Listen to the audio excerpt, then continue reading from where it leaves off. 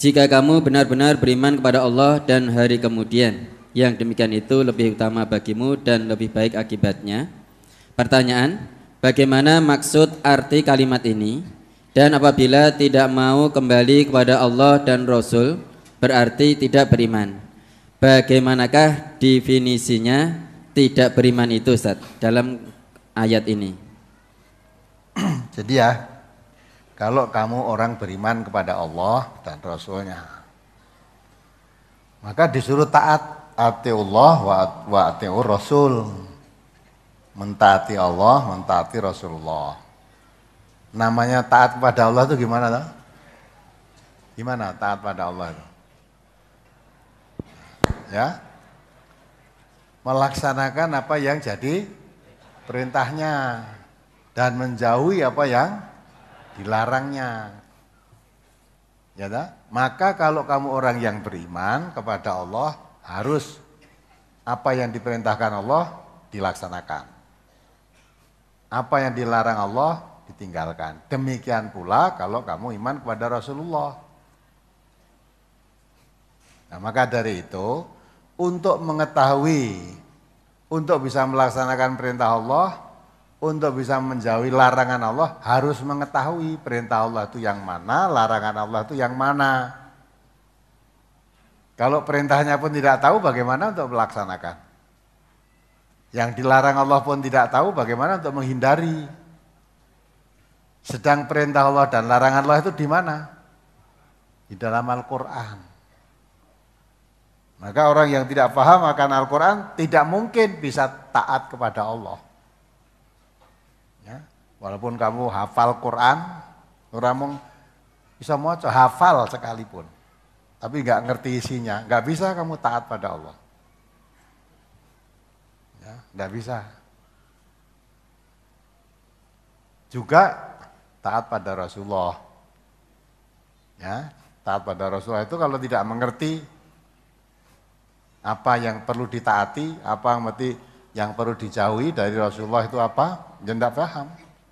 Maka untuk bisa taat kepada Allah dan Rasulullah, harus kita mewarisi yang ditinggalkan oleh Rasulullah, yaitu dua perkara. Apa? Quran dan sunnah. Taraktu fikum amraini lan tadillu ma masaktum bihima kitaballah wa sunnatan nabihi. Tinggalkan kepadamu dua perkara, dijamin tidak akan sesat siapa pegang dua perkara itu, yaitu kitabullah, maksudnya Al-Quran, ya, dan sunnah Rasulullah, hadis-hadis yang sahih. Nah, untuk itu maka Quran itu warisan Rasulullah yang ditinggalkan kepada kita. Sunnahnya juga begitu, hadis-hadis sahih diwariskan kepada kita untuk jadi pegangan. Jadi Quran bukan untuk bacaan saja. Kalau bacaan tidak paham artinya, bagaimana bisa mengerti? Nah, maka itu Quran itu perlu dikaji.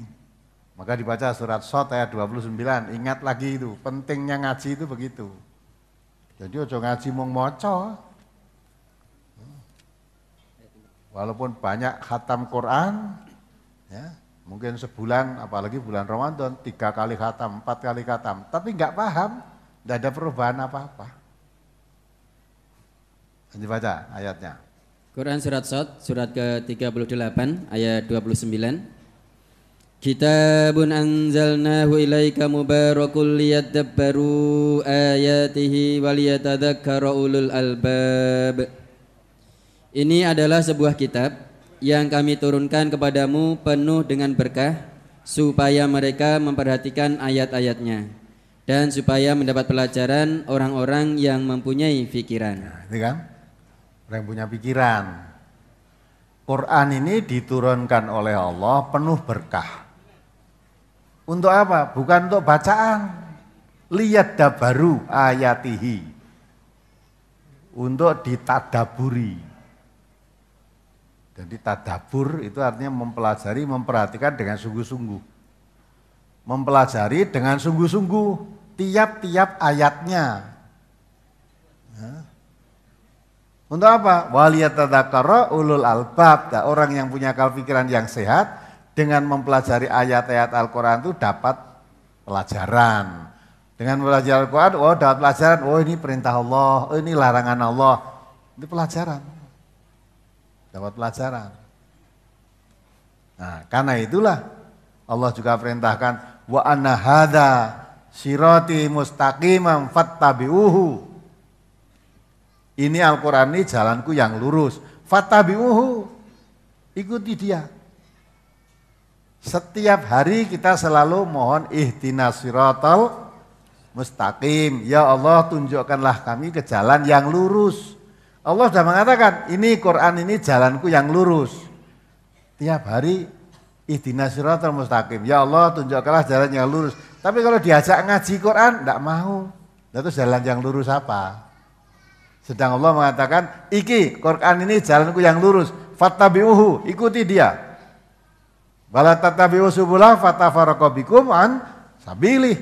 Jangan ikuti jalan-jalan selain Al-Quran. Jalan selain Al-Quran itu akan mencerai-berakan kamu dari jalan yang lurus tadi. Dzalikum wasaqum bihi la'allakum tattaqun. Yang demikian kami wasiatkan kepadamu supaya kamu menjadi orang yang bertakwa. Ya. Dan tiap hari ihdinas siratal mustaqim. Iya, ihdinas siratal mustaqim, tapi enggak ngerti isinya. Ya Allah, tunjukkanlah saya jalan lurus. Padahal Allah sudah nunjukkan jalan lurus Quran ini. Lah kok enek jak ngaji Quran malah nesu. Nah, enek wong ngaji malah dioprak-oprak. Padahal kamu sholatnya ya ihdinas siratal mustaqim. Nanti kan? Nah, bareng dijak ngaji Quran, wa idza qila lahum ittabi'u ma anzalallah. Kalau kami minta jalan yang lurus, mari ikuti apa yang diturunkan Allah. Ma anzalallah. Apa yang diturunkan Allah? Yang diturunkan Allah apa? Quran. Lah kok jawabnya bal natabi'u ma alfaina alaihi aba'ana. Enggak, kami tidak ikuti Quran. Saya ikuti apa yang saya warisi dari bapak-bapak kami mengerjakan. Mbah kun dhisik yo ngene kok. Bapak saya dulu ya begini. Rasa mengikuti Quran karena Quran itu bertentangan dengan apa yang saya warisi dari bapak-bapak saya dulu. Bapak saya dulu kalau tanggal 1 Suro itu tanggal 1 Muharram kungkum kok. Ya, ngedusi keris, kungkum, giring kebo. Lah kok bareng ngaji Quran kok rendek ya ikuti. Mbah-mbah dulu Qurannya tinggal. Lesare jalan yang lurus. Nah, itu kan? Maka itu kalau tidak ngerti, kalau kamu betul-betul mau mentaati Allah, mau mentaati Rasulullah, pahami Quran. Tidak memahami Al-Quran tidak mungkin bisa mentaati. Tidak memahami hadis-hadis Rasulullah tidak mungkin bisa mentaati Rasulullah. Maka ngaji itu wajib. Bukan wajib kifayah. Thalabul ilmi faridhatun ala kulli muslimin. Mencari ilmu itu wajib. Tiap-tiap orang muslim. Ya, wajib fardu kain. Bukan fardu kifayah tapi fardunya ain. Ya tak? Sebab kalau tidak mengerti ilmu yang dimaksud itu ilmu yang bisa membedakan hak dan batil. Yaitu ilmu Al-Quran, ilmu ngaji, ilmu agama. Karena Quran itu diturunkan oleh Allah sebagai furqan yang memisahkan, membedakan antara yang hak dengan yang batil, yang halal dengan yang haram, yang baik dengan yang buruk. Maka tidak mengerti Al-Quran, tidak mengerti halal haram. Tidak mengerti halal, tidak mengerti yang batil, tidak mengerti yang hak. Maka dengan mengerti Al-Quran, Quran itu memberi ketegasan. Sudah ulang kali saya katakan, tidak pernah Quran mengajarkan itu setengah-setengah. Atau jadi orang banci itu enggak pernah. Orang jelas gitu. Iman kafir gitu. Waman sa'afal yu'min, waman sa'afal yakfur. Kalau kamu mau iman, silahkan iman. Kalau kamu menjadi iman, udkhulu fis-silmi kafah. Hai orang-orang yang beriman, ya ayyuhalladzina amanu, udkhulu fis-silmi kafah. Hai orang yang beriman. Kalau kita milih menjadi orang yang beriman, hai orang yang beriman, masuklah kamu ke dalam Islam itu secara kafah. Aja mau Islam salate tok. Posone moh. Ada lagi yang salatnya mau, posone mau, zakatnya tidak mau. Zakatnya enggak mau. Zaman Abu Bakar As-Siddiq pernah terjadi seperti itu. Setelah Nabi wafat, Khalifah Abu Bakar As-Siddiq menjadi khalifah pertama, sekelompok manusia tidak mau bayar zakat lagi. Udah. oleh Khalifah Abu Bakar dinyatakan ini sudah murtad. Harus diperangi ini. Perangi. Orang murtad halal darahnya. Maka diperangi saat itu. Ya.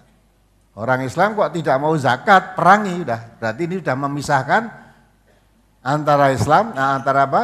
Zakat dan sholat dan puasa. Rukun Islam itu 5, harus diikuti semua.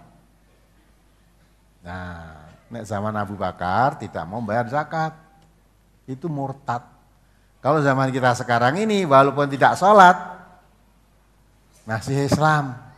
Jadi cek gelem kondangan ngono wae. Cek dihitung Islam.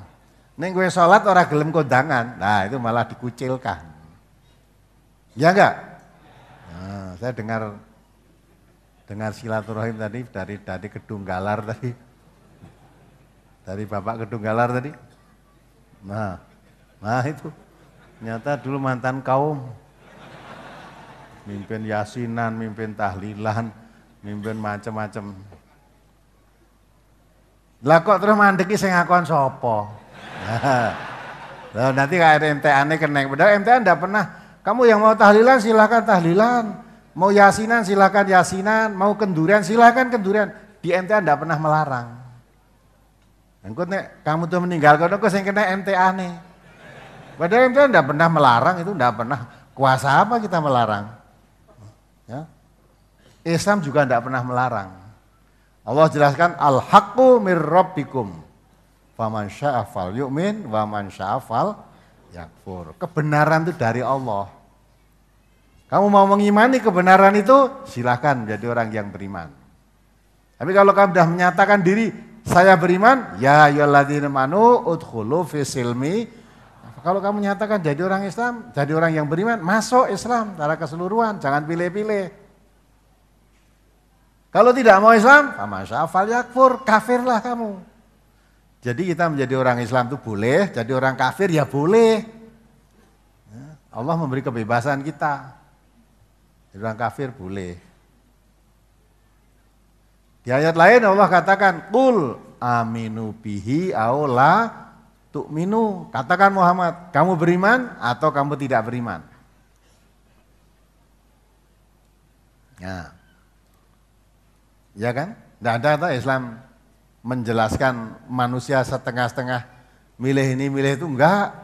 Maka dalam Islam itu jelas al halalu bayyinun wal haramu bayyinun. Yang halal jelas, yang haram jelas. Tidak ada kok ini halal atau haram. Oh, ini setengah halal, setengah haram. Tidak ada. Setengah-setengah itu enggak ada. Maka kalau kemarin dulu pertanyaan, bagaimana kalau ini masak daging sapi 1 kilo cuma untuk nyolok, istilahnya tiga sidik tak gue nyolok toh. Campuri daging babi setengah on gitu aja bagaimana? Sekedar untuk nyolok. Nah itu apa ya jadi halal apa haram? Kan saya terangkan begitu. Ojo meneh kok sapi 1 kilo, sapi 10 kilo, campuri babi setengah on, kabeh jadi babi. Semua jadi babi. Hukumnya menjadi haram. Mosok mung sithik, ada daging sapi 10 kilo, campuri daging babi setengah on kan sedikit sekali. Kok ora babine dadi sapi, milih sapine dadi babi, haram semua. Maka kalau pepatah Indonesia, karena nila setitik rusak. Entah saya nek sing ora ngerti kok. Nilai apa? Ya itulah. Jadi karena masalah sedikit saja merusakkan yang lain yang banyak tadi. Maka yang hak jelas, yang batil jelas. Wala talbisul haqqa bil batil. Yang hak dan yang batil jangan dicampur. Kalau yang hak dan batil dicampur jadi batil semua. Yang halal dan haram campur jadi haram semua. Maka yang hak dan yang batil, yang haram dan yang halal biar sendiri-sendiri, jangan dicampur. Masa sithik wae kok lho. Sithik karo akeh padha ngrusak semua.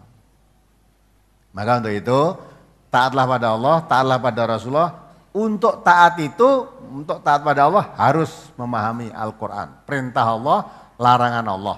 Lah di situ di dalam Al-Quran tempatnya. Taat pada Rasulullah ya begitu, harus tahu. Ya, mengikuti Rasulullah karena Rasulullah itu diangkat oleh Allah menjadi uswatun hasanah. Dan diperintahkan oleh Allah, Nabi sudah menyatakan, "Qul in kuntum tuhibbunallah fattabi'uni." Katakan Muhammad, kalau kamu betul mencintai Allah, ikutilah aku. Aku di sini aku Nabi. Ikuti aku. Lah untuk mengikuti Nabi bagaimana? Maka harus mempelajari hadis-hadis sunnah Rasulullah. Perjalanan hidup Rasulullah harus kita pelajari. Ya, bisa untuk mengikuti beliau. Kalau tidak ngerti perjalanan hidup beliau, ya bagaimana cara mengikuti? Dah. Bukan kita menyebut namanya berarti sudah mengikuti, belum. Itu perilakunya. Wong Nabi sampai mengatakan man amila amalan laisa alaihi amruna fahuwa raddun. Ya.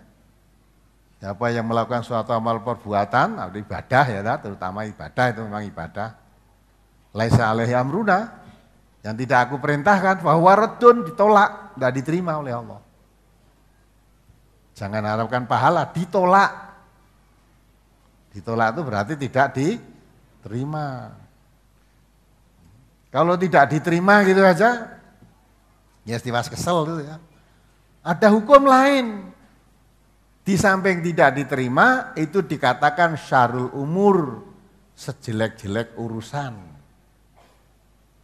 Sejelek-jelek urusan ibadah. Muhdatsatuha, yang baru atau yang diada-adakan. Kelanjutan hadis itu, kullu muhdatsatin bid'atun. Semua yang ibadah yang bid'ah yang baru itu bid'ah. Wa kullu bid'atin dhalalatun. Semua ibadah yang bid'ah itu sesat. Wa kullu dhalalatin fin nar. Jadi aja ngarep-arep ganjaran finnar. Jadi sekali lagi bid'ah itu urusan ibadah.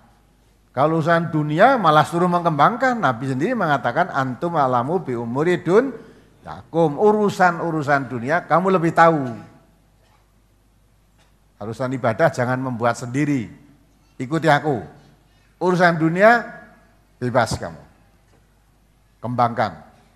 Selama tidak ada larangan boleh. Nah, gitu. Maka muncullah kaidah usul al aslu fil ibadati al ittiba. Asalnya ibadah itu hanya mengikut, tidak boleh mencipta, tidak boleh membuat sendiri, tapi mengikut. Mengikut siapa? Mengikut Nabi. Nah, urusan dunia al-aslu an asya'a al-ibahah. Adapun urusan-urusan di dunia ini asalnya mubah. Mubah itu artinya boleh. Maka urusan dunia boleh selama tidak ada larangannya. Maka kalau urusan ibadah jangan tanya larangan. Apa ada larangannya toh? Ya, salat maghrib 4 rakaat apa ada larangannya? Salat maghrib 4 rakaat memang semangau kita mungkin merasa saya tak tambah akeh ganjarane, tambah rakaat akeh ganjarane tambah akeh. Mula subuh tambah 1, 3. Nah, apa nek larangannya? Jangan tanya larangannya.